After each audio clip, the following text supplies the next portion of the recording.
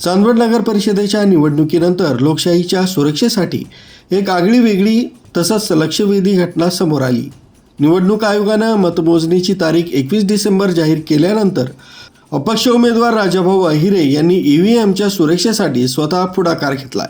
कडाक्याच्या थंडीत तहसील कार्यालयातील स्ट्रॉंग रूमच्या बाहेरच बिछाना टाकत ते 24 तास पहारा देत आहेत। या नगर परिषदेसाठी मतदान 2 डिसेंबर रोजी पार पडलंय। सुरुवातीला निकाल 3 डिसेंबरला जाहीर होणार असल्याचं सांगण्यात आलं, मात्र अचानक मतमोजणीची तारीख पुढे ढकलण्यात आल्यानं राजकीय वर्तुळात चर्चा तसंच शंका उपस्थित झाल्या। या पार्श्वभूमीवर कोणतीही शंका निर्माण होऊ नये आणि निवडणूक प्रक्रिया पारदर्शक व्हावी यासाठी राजाभाऊ अहिरे यांनी स्ट्रॉंग रूम बाहेर ठाण मांडण्याचा निर्णय घेतला।